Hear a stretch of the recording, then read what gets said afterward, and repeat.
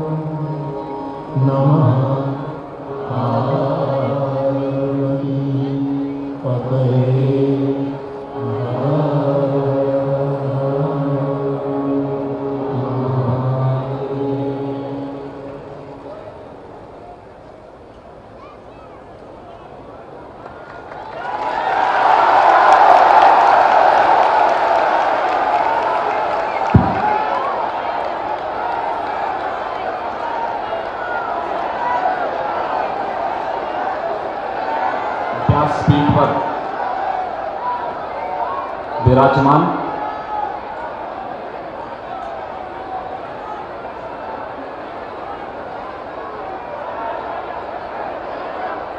पूज्य मुरारी बापू जी, इस संपूर्ण कार्यक्रम के आयोजक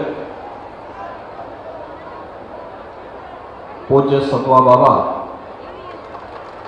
महामंडेश्वर संतोष दास जी महाराज, पूज्य संतजन और ललितपुर के बुंदेलखंड से आए हुए सभी श्रद्धालुजन,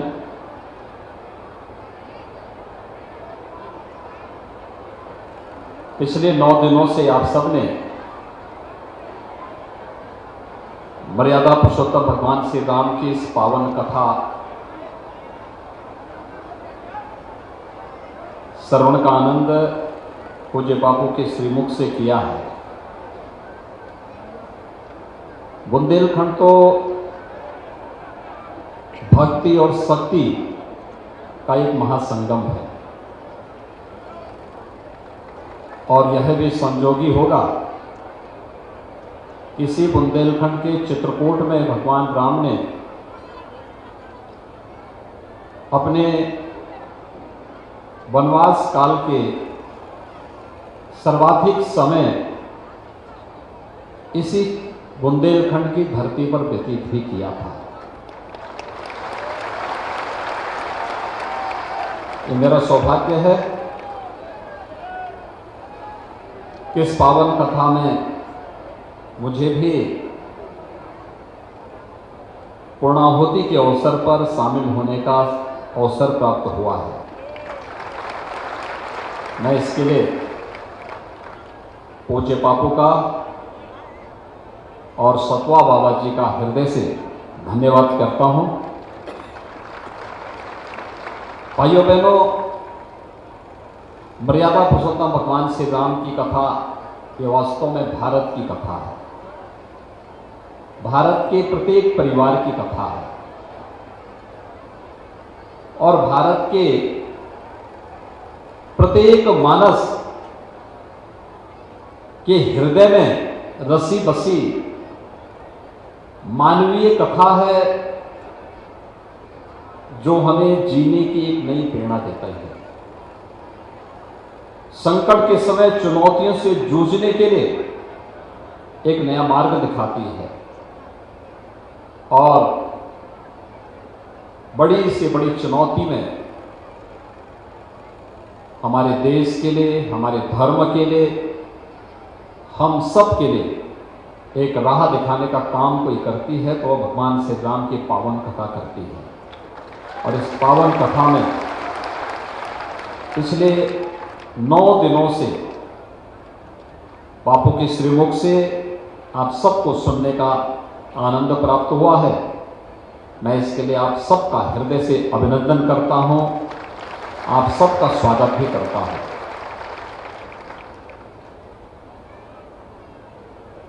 वास्तव में देश के अंदर विपरीत परिस्थितियों में ही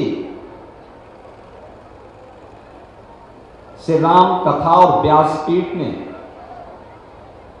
इस देश को एक नई दिशा देने का काम भी किया है।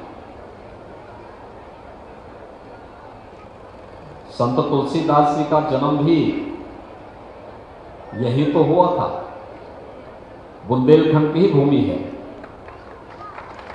और उस कालखंड में भी तुलसीदास जी ने,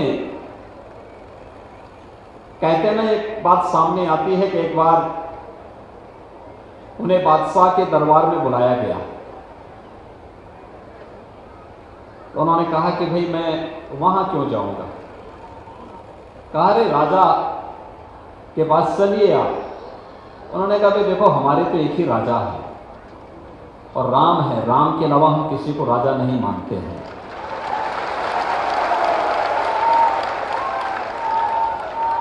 ये भगवान राम की ही कृपा है। इस बुंदेलखंड की धरती पर जन्मे हुए संत के श्रीमुख से जो वाणी निकली और राम कथा के माध्यम से, वाल्मीकि के रामायण के माध्यम से और रामचरितमानस के माध्यम से जन जन तक व्यासपीठ के माध्यम से पूज्य बापू के द्वारा पहुंचाई गई है, पहुंचाई जा रही है। और हम सब के लिए सौभाग्य की बात है कि जब अयोध्या में राम जन्मभूमि भव्य मंदिर निर्माण का कार्य अपनी चरमता की ओर बढ़ रहा है, और उस समय तो ललितपुर की धरती पर, ललितपुर के बारे में कहते हैं कि ललितपुर नहीं छोड़ियो,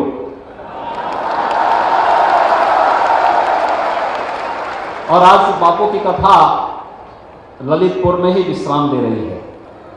मतलब साफ है, भगवान राम का भव्य मंदिर का निर्माण बहुत शीघ्र होने वाला है।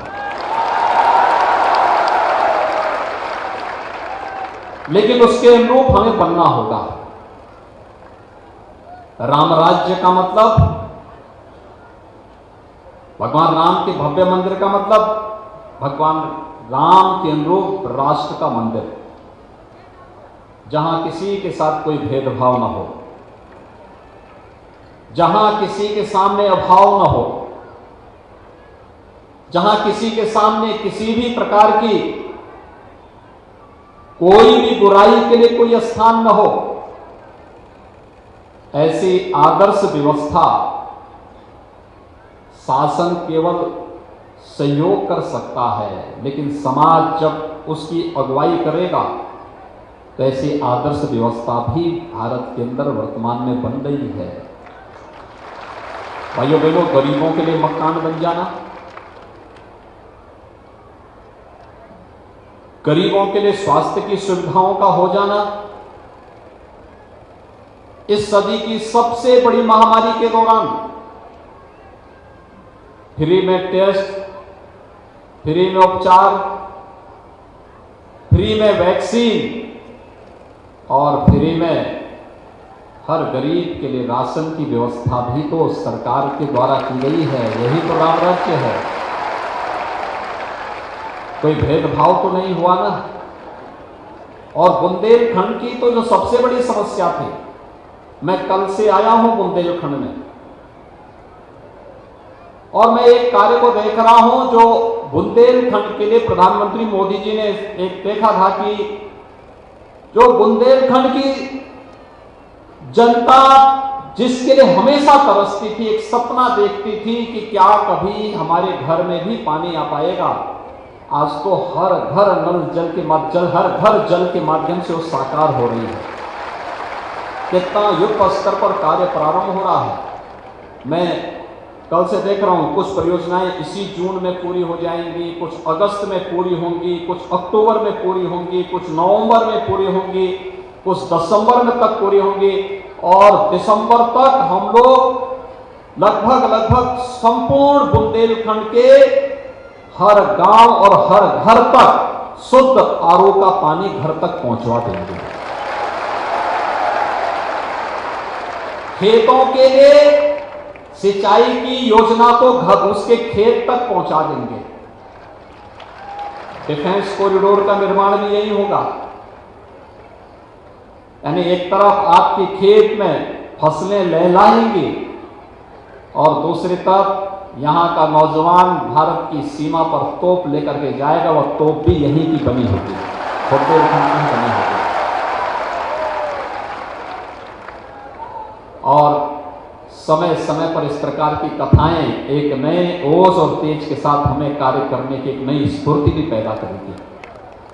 भाइयों बहनों, हमें इस अभियान को एक निरंतरता देना होगा, एक सामूहिकता के साथ हमें कार्य करना होगा, क्योंकि सामूहिकता में बड़ी ताकत होती है।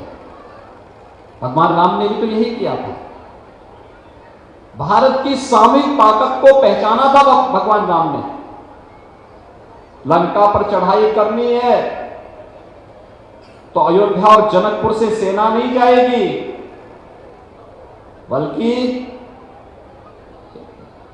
बंदर और भालुओं की सेना को खड़ा करके उन्होंने उस समय के सबसे बड़े ताकतवर योद्धा का सामना किया था और विजयश्री का वर्णन भी किया था।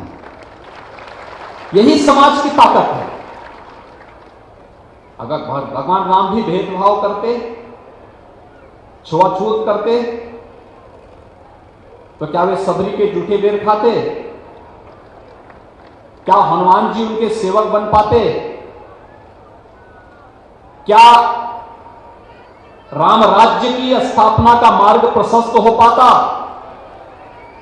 राम राज्य की स्थापना का मार्ग तब प्रशस्त होगा जब एक स्वर से 135 करोड़ का भारत बोलेगा, और एक स्वर से जब बोलेगा, एक स्वर से चलेगा, तो राम राज्य की परिकल्पना का मार्ग प्रशस्त होगा। और राम राज्य के इस मार्ग का प्रशस्त करने का कार्य वर्तमान में भारत के अंदर हो रहा है। बिना भेदभाव के शासन की योजनाओं को मिल रहा है, हर एक को सुरक्षा मिल रही है, हर एक को हर प्रकार की सुविधा बिना भेदभाव के उपलब्ध करवाने का कार्य भी हो रहा है। और बिना भेदभाव की इतनी बड़ी कथा में आपको आने का अवसर भी प्राप्त हुआ और साथ साथ प्रसाद ग्रहण करने का भी सौभाग्य प्राप्त हो रहा है। एक साथ सब कुछ है और इसलिए आप सब सौभाग्यशाली हैं। मुझे बताया गया कि लगभग 4 दशक से बापू की कथा ललितपुर में हो, ये ललितपुर वासियों की तमन्ना थी, लेकिन लगता है कि ये सौभाग्य मुझे मिलना था कि जब मैं दूसरी बार मुख्यमंत्री होऊंगा तब उसके बाद ही बापू की कथा यहां होगी।